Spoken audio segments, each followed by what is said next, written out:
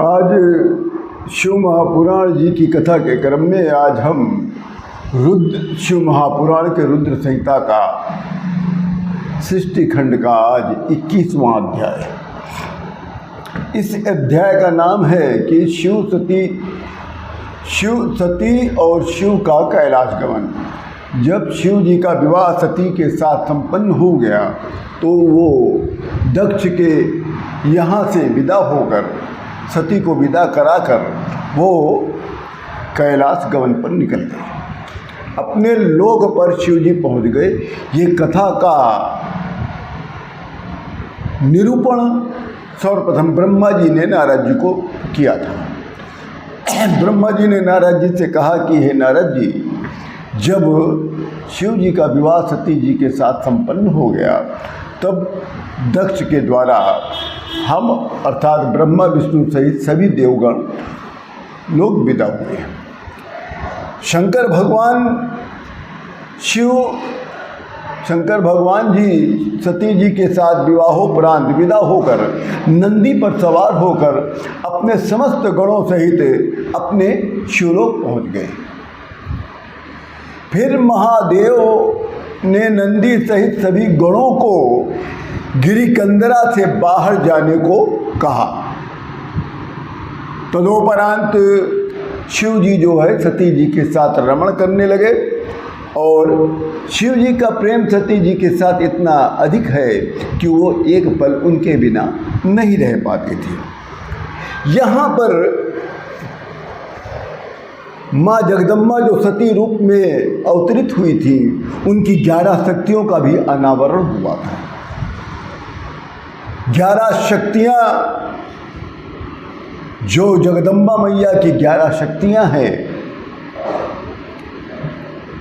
जयंती, मंगला, काली, भद्रकाली, कपालिनी, दुर्गा, क्षमा, शिवा, धात्री, स्वाहा और स्वधा, ये 11 शक्तियाँ शिव जी को माँ जगदम्बा ने अपने सती स्वरूप में आकर शिव जी को अधीन कर दिया। इन 11 शक्तियों ने एक साथ शिव जी की वंदना किया था और शिव जी की वंदना किया तो शंकर भगवान प्रसन्न हो गए। तो उन्होंने 11 शक्तियों के एक एक नाम का उन्होंने निरूपण भी किया था। ओम जयंती मंगला काली भद्रकाली कपालिनी दुर्गा क्षमा शिवा धात्री स्वाहा स्वधा नमोस्तुते, इन 11 शक्तियों का निरूपण किया। आप सोचिए कि 11 शक्तियों का निरूपण जो आप आज तक इस विषय को नहीं जानते होंगे महाराज, तो शंकर भगवान ने कैसे किया था? उन्होंने एक एक नाम का एक एक शक्ति का निरूपण किया था। कहा था जयंती को जयति सर्वोत्कर्षेण वर्तते इति, अर्थात सबसे उत्कृष्ट और विजयशालिनी। दूसरी शक्ति का नाम है मंगला, अर्थात मंगम जनन मरणादि रूपम सर्पणम भक्तानामलाति गृहाति नाशयति, और सामंगला मोक्ष प्रदा, अर्थात जो अपने भक्तों के जन्म मरण आदि संसार बंधनों को दूर करती है और वही मोक्षदायिनी मंगलामयी है। तीसरी शक्ति का नाम है काली, अर्थात कलयति यक्षपति प्रलय काले सर्वम इति काली, अर्थात जो प्रलय काल में संपूर्ण सृष्टि को अपना ग्रास बना लेती है उसे काली कहते हैं। चौथे शक्ति का नाम है भद्रकाली, भद्रम मंगलम सुखम वा कलयति स्वीकरोति भक्तभ्यो दातुम इति भद्रकाली सुखप्रदा, अर्थात जो अपने भक्तों को सुख देने के लिए ही भद्रम सुखम किमाम मंगलम स्वीकार करती है, उसी को भद्रकाली कहते हैं। फिर शंकर भगवान अपनी 5वीं दुर्गा माँ की 5वीं शक्ति कपालिनी की व्याख्या करते हैं, कहते हैं जो देवी हाथ में कपाल को धारण करती है और जो गले में कपाल का आभूषण बनाकर धारण करती है उसे ही कपालिनी कहते हैं। छठवीं शक्ति दुर्गा, अर्थात दुखे नष्टांग योग कर्मोपासना रूपेण क्लेशेन गम्यते प्राप्यते या सा दुर्गा।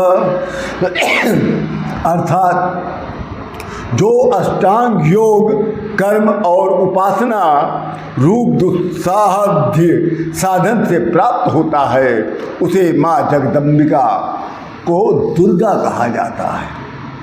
सातवीं शक्ति है उनकी क्षमा।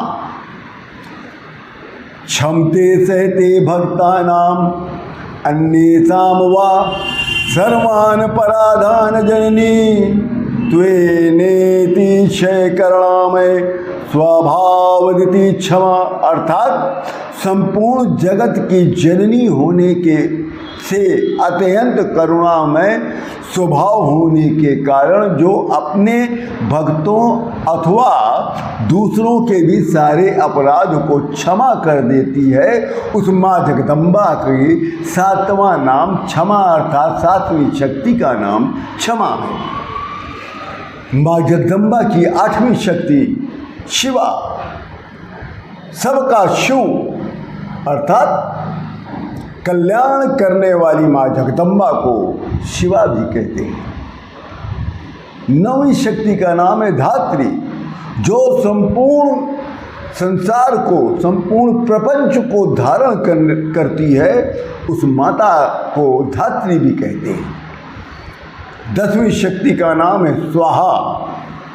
स्वाहा रूप से यज्ञ भाग को ग्रहण करके जो देवताओं का पोषण करती हो उस माता को स्वाहा भी कहा जाता है। 11वीं शक्ति का नाम है सुधा।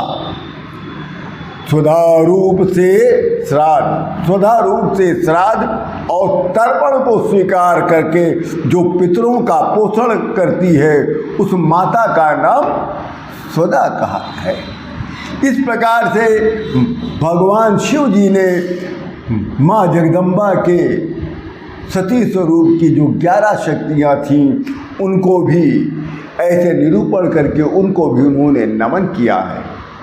तब शिव जी ने 11 शक्तियों को एक साथ कहा कि तुम स्वाहा तुम सुधा, तुम स्वाहा तुम सुधा, तुम ही वखटकार सुरात्मिका, ओम नमः शिवाय। इसी के साथ ही अध्याय पूर्ण होता है।